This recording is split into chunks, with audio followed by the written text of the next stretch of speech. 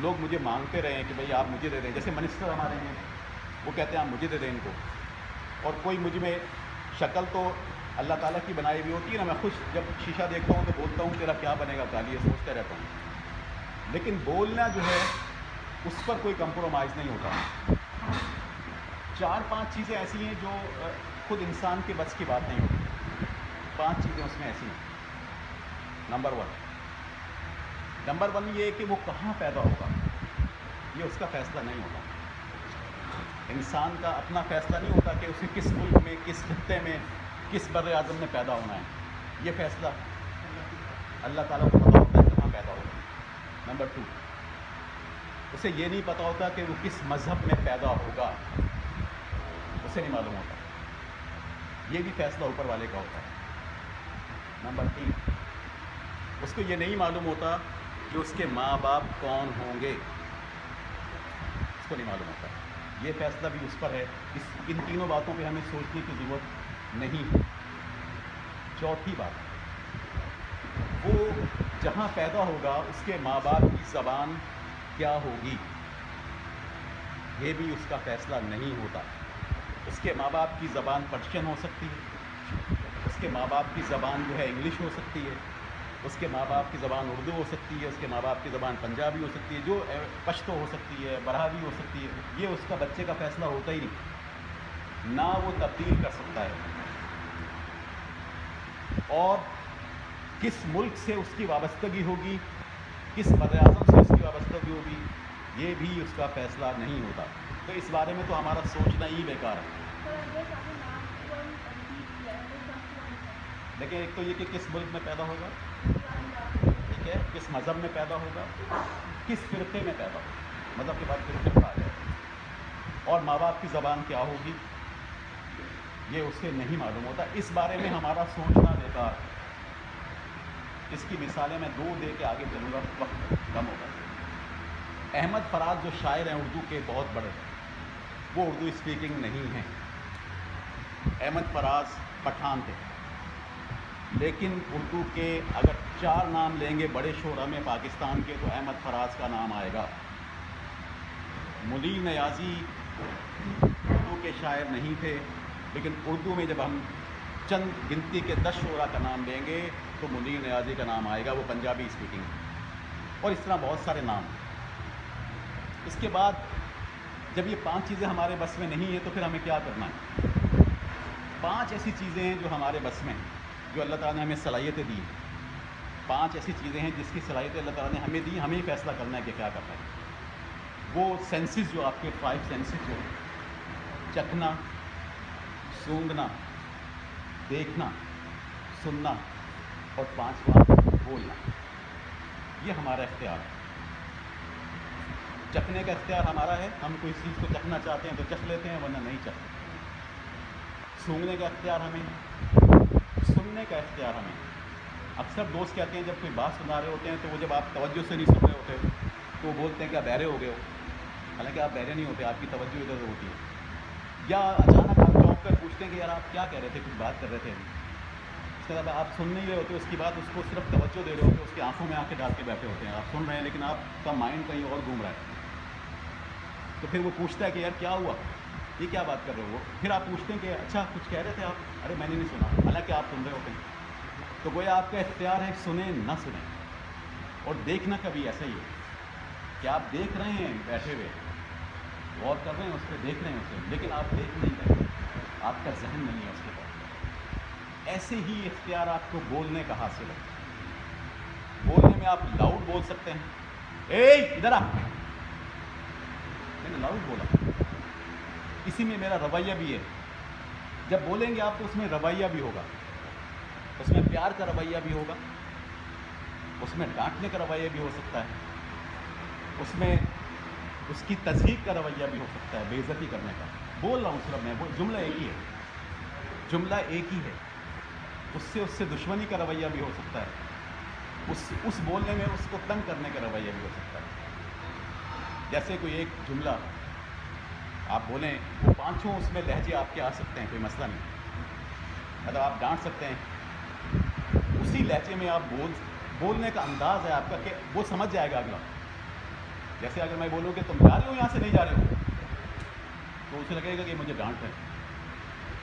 अब मैं अभी बोलूँ कि तुम जा रही हो क्या यहाँ से, तो कहेगा कि नहीं, ये रिक्वेस्ट कर रहा है कि नहीं ऐसा नहीं है, मतलब उसे बुरा नहीं लगेगा क्या मतलब मैं ऐसे बोल रहा हूँ। और मैं बोलूँ कि तुम जा रही हो या नहीं, अब मैं उसे धमकी दे रहा हूँ, एक ही जुमला चल रहा है, मैं उसे धमकी दे रहा हूँ कि वो इस बात से कि तुम जा रही हो या नहीं, और एक मैंने बोला कि तुम जा रही हो या नहीं जा रही हो। अब मैं लाउड हो गया हूँ, उसको पता है कि अब अगर नहीं गई तो ये मज़ीद एक्शन कुछ हो सकता है। जुमला जाने का ही सिर्फ कह रहा हूँ मैं, लेकिन उसमें अलग अलग लहजे हैं। प्यार से भी कह उसी प्यार का रंग देंगे तो हम बहुत सॉफ्ट बोलेंगे कि तुम जा रही हो क्या, पूछ रहा हूँ, सवाल कर रहा हूँ कि तुम जा रही हो क्या, मतलब रुक जाओ, मत जाओ, या फिर वो कहेगी नहीं मुझे जाना है। तो बोलने एक ही जुमला है, लेकिन हमने अंदाज़ अपनाए हैं अलग अलग। पब्लिक एड्रेसिंग में या होस्टिंग में आपका अंदाज़ होता है, जब आप बोलते हैं तो वो आपका अंदाज़ होता है कि बोलना कैसे है। बोलने से आपकी शख्सियत का अंदाज़ा होगा। लेकिन जो आपने पढ़ा है, जो आपने लिखा है, जो आपके अंदर सलाहियत है, आप बहुत अच्छी इंग्लिश लिखते हैं, बहुत अच्छी उर्दू लिखते हैं, बहुत अच्छी मज़ामीन लिख लेते हैं, उससे आपकी शख्सियत फौरी तौर पर सामने नहीं आती। लेकिन बोलने से, जब आप बोलते हैं, गुफ्तगू करते हैं, किसी से बात करते हैं, तो आपकी शख्सियत सामने आती है, आपके ख़ानदान का पस मंज़र सामने आता है, आपकी तरबियत सामने आती है, आपका इल्म सामने आता है, आपके लहजे से आप पहचाने जाते हैं कि कितने पढ़े लिखे हैं कितने नहीं, आपका तलफ़्फ़ुज़ सामने आता है, आपका प्रोनाउंसिएशन सामने आता है, और आपकी पूरी शख्सियत जो है वो बोलने से सामने आ जाती है। मैं तो यहाँ तक कहूँगा कि आप बोलें तो मैं आपका शायद इलाका बता दूँ कि आप किस इलाके से ताल्लुक़ है। मतलब कराची में जैसे आप लांडी, कुरंदी और मदीर से हैं तो आपके लहजे में फ़र्क आ जाएगा। आप DHA से हैं तो आपके लहजे में DHA का रंग आ जाएगा। आप लियाकताबाद, नाज़िमाबाद और नॉर्थ नाज़िमाबाद, लियाकताबाद न मिलाएँ, नॉर्थ नाज़िमाबाद, हैदरी और नाज़िमाबाद से हैं तो आपके लहजे में उसके असरात आ जाएंगे। इसी तरह उर्दू में अगर आप दिल्ली से हैं तो बिल्कुल अलग बोलेंगे। आप लाहौर से हैं, बोल उर्दू रहे हैं, लेकिन पहचाने जाएंगे कि आपका ताल्लुक़ लाहौर या पंजाब के किसी इलाके से है, बोल उर्दू रहे हैं। तो गोया बोलना जो है, जो बोलना है वो आपकी शख्सियत को सामने ले आता है और वो पहला इम्प्रेशन होता है आपका।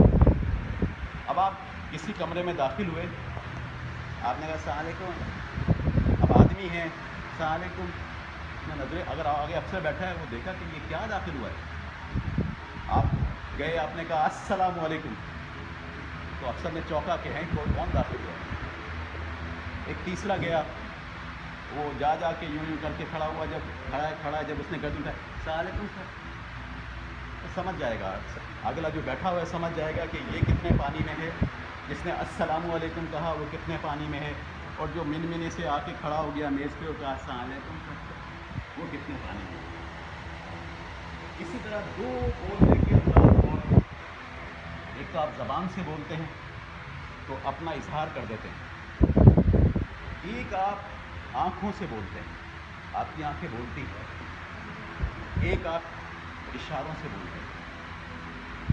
इशारों की ज़बान और आँखों की ज़बान दुनिया भर में तस्लीम शुदा है। जब आप तुर्की जाते हैं या यूरोप जाते हैं या फॉर एग्जाम्पल फ्रांस, पेरिस चले गए आपको ना उर्दू आती है ना इंग्लिश आती है, कैसे एड्रेस पूछेंगे आप?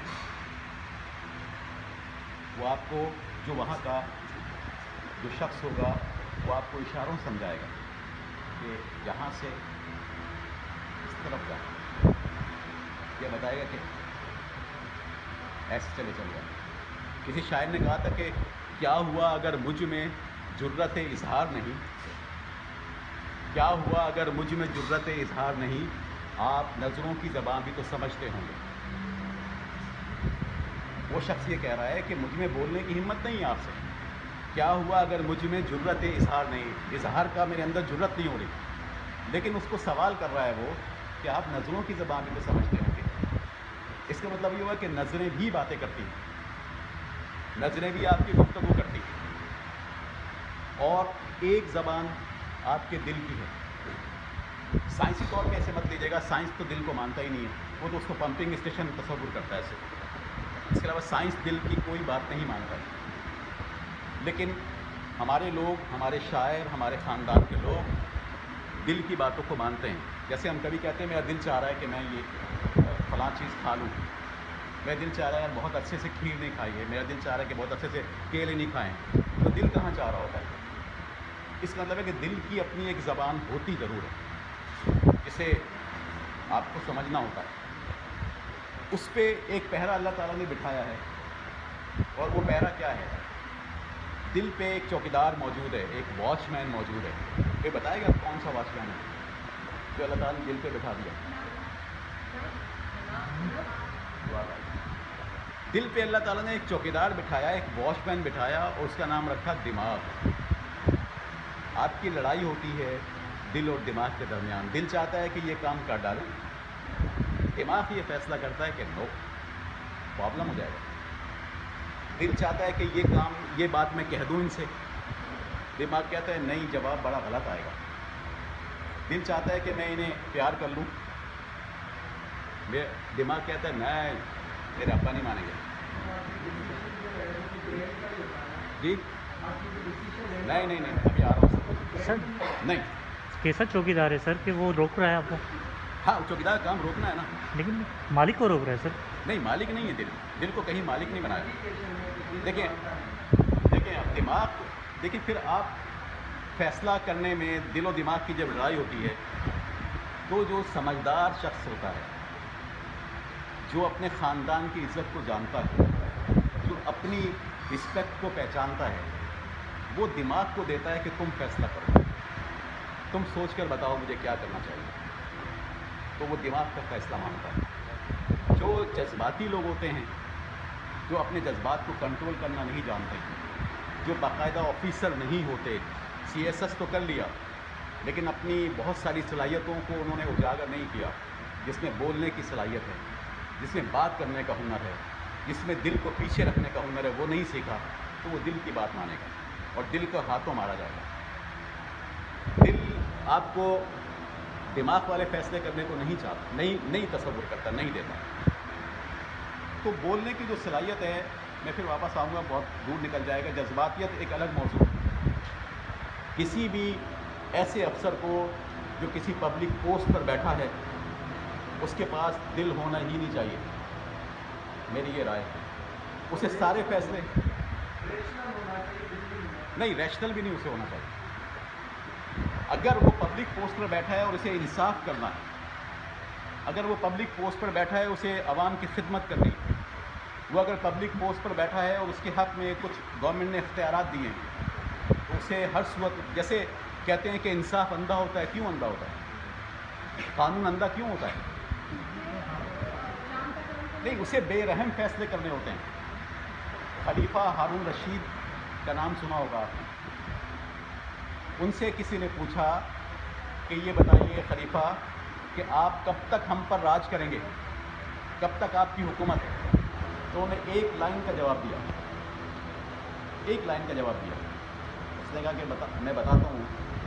उसने कहा एक लाइन में आपको जवाब देता हूँ, मैं जब तक मेरी खिलाफत कायम रहेगी, जब तक मेरी अदालतों से लोगों को इंसाफ मिल रहा है, मेरी हुकूमत जब तक कायम है, जब तक मेरी अदालतों से लोगों को, शहरियों को इंसाफ मिल रहा है। यानी उसका कानून अंधा था, और जो इंसाफ हमेशा बेरहम होता है। उसने फ़ैसला दिया माँ के ख़िलाफ़, उसका 2 साल का बच्चा है, माँ जेल जा रही है, कानून नहीं देखेगा इस बात को कि बच्चे का क्या बनेगा, क्योंकि उसे बेरहम इंसाफ करना है। कोई चोर है, उसके घर में 5 छोटे बच्चे थे, उसने चोरी की, कानून उसको सज़ा देगा बग़ैर किसी उसके कि बच्चों का क्या होगा। और जब इस बात पर फैसले होते हैं तो फिर कानून राइज होता है।